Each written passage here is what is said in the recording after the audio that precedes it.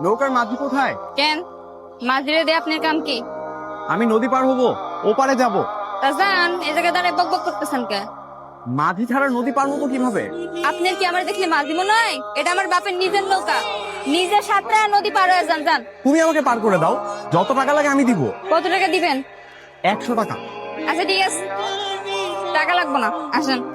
আচ্ছা, তোমরা গ্রামের মানুষগুলো এরকম কেন বলো তো? টাকা ছাড়া যেন কিছুই বুঝি। এই মেয়ে, এই বইটা দেখছেন, এক মাথাটা ফাটাই দেবো।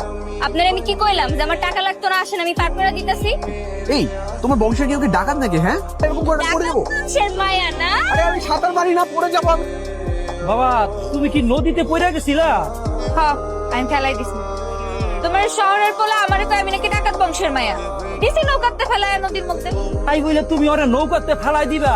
আরে শহরের মানুষ, সে তো সাঁতার জানে না। তো সাঁতার জানে না, এই জন্য তো বাসায় নিয়ে আইছি। এখন সামলাও। এই মেয়ে, এই, তুমি এখানে কেন এসছো? আমি এ বাড়িতে কেন এসেছি আপনার কেন করবো?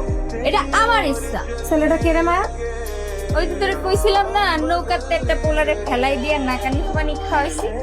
কি ভাই, কথা শক্ত নাকি? তোমার বান্ধবী একটা শয়তান মেয়ে, আর তোমাকে যেন দ্বিতীয়বার এই বাড়িতে আমি আর না দেখি। আমি আমু না কেন? আমার যখন মন চায় আমি এই বাড়িতে আমু, যখন মন চায় এই বাড়িতে যাম। দেখি কে ঠেকানোর পারলে ঠেকাক।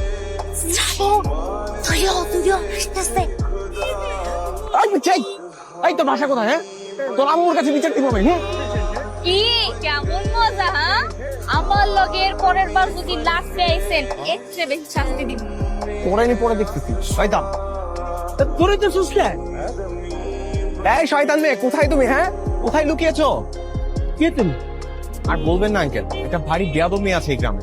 এক পিচ্ছি বাচ্চাকে দিয়ে গাছের উপর থেকে আমার গায়ে হিসু করিয়ে দিয়েছে। আপনি কেমনে হলে দূরে রাখবেন না ছাড়বেন? সরি। কি কেমন লাগে এখন?